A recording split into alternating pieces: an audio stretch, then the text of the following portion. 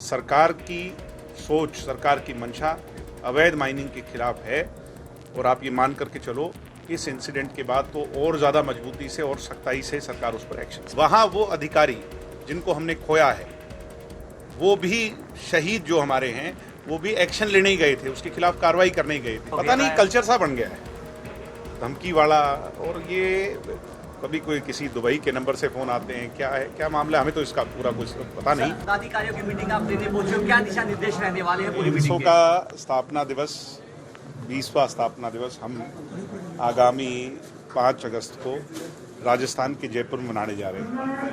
बहुत लंबे अरसे के बाद, क्योंकि पीछे कोविड रहा तो बड़ा कार्यक्रम हम नहीं कर पाए। इस साल बहुत ज़्यादा उत्साह है सभी स्टूडेंट्स की, सभी एक्टिविस्ट की, जो लोग साथी जुड़े हुए हैं हमारे इस संगठन से, इस विशालतम संगठन से। सबकी मांग थी कि बड़ा प्रोग्राम इस बार किसी अन्य प्रदेश में, प्रांत में INSO के विस्तार के स्वरूप किया जाए, तो हमने ये फैसला लिया कि हम जयपुर में करें। उसकी मीटिंग हरियाणा इकाई की सभी जिलों के प्रमुख पदाधिकारियों को हमने यहाँ बुलाया है।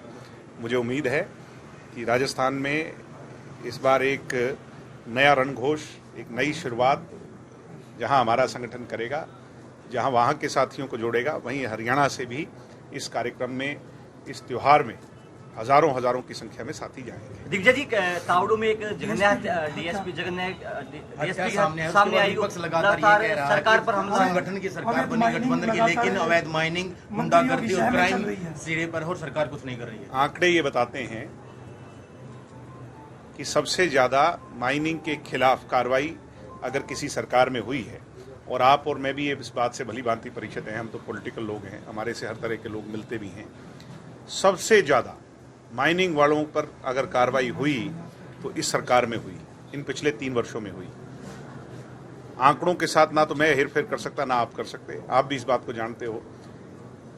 मैं इसको बहुत अनफॉर्चुनेट मानता हूँ जो घटना वहाँ घटी। हम सब इस बात से बहुत पीड़ित हैं, आहत हैं। परमात्मा उन्हें अपने चरणों में स्थान दे। सरकार की सोच, सरकार की मंशा अवैध माइनिंग के खिलाफ है और आप ये मान करके चलो इस इंसिडेंट के बाद तो और ज्यादा मजबूती से और सख्ताई से सरकार उस पर एक्शन। सर, पहले क्यों नहीं वहां पर कार्रवाई की? नहीं, मैं कह तो रहा हूं कि सबसे ज्यादा, मैं नहीं कह रहा, आप भी मानते हो, बिहाइंड द कैमरा आप भी मानते हो, और हम लोगों से मिलते हैं तो कभी इतनी कार्रवाई किसी सरकार में नहीं हुई जितनी इस बार हुई है। उसके बावजूद अगर इस तरह की घटना घटी है, वो अनफॉर्चुनेट है। वहां वो अधिकारी जिनको हमने खोया है, वो भी शहीद जो हमारे हैं, वो भी एक्शन लेने ही गए थे, उसके खिलाफ कार्रवाई करने ही गए थे।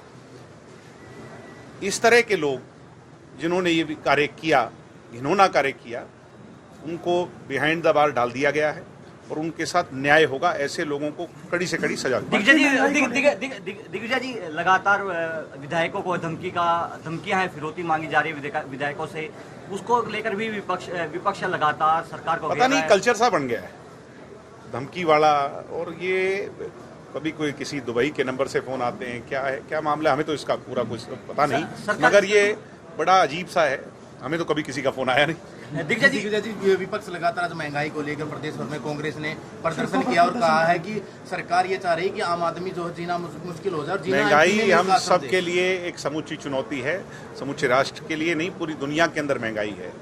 आप विदेशी अखबार, टेलीविजन उठा करके देखेंगे, अगर BBC देखेंगे और टेलीविजन देखेंगे, सब जगह ये हो रहा है। इन्फ्लेशन पूरी दुनिया के अंदर बहुत ज़्यादा बढ़ चुकी है, उसके कारण हमारे यहाँ भी बड़ा इम्पैक्ट है। चाहे इसमें पीछे जो लड़ाई हुई हो, युद्ध चल रहा हो, उसका कारण हो, और बड़े सारे कारण हैं। आप देखो कि श्रीलंका के अंदर महंगाई से क्या हालात पैदा हो गए। महंगाई हमारे लिए बहुत चुनौती का विषय है और सरकार उसके लिए पूरी तरह रिस्पॉन्सिबल है और सरकार उस पर लगातार विफल हो रही है कानून व्यवस्था बनाने में। वो दुष्यंत चौटाला जी द्वारा किए गए कामों की बड़ाई कैसे करेंगे? कर सकते हैं क्या? तो आप उनसे क्या उम्मीद करते हैं कि अच्छे कृत्यों की, अच्छे कार्यों की क्या वो प्रशंसा कर सकते हैं? कभी भी नहीं करेंगे। वो तो 75% के भी खिलाफ बोल रहे थे, वो तो अन्य विषयों के भी खिलाफ बोल रहे हैं।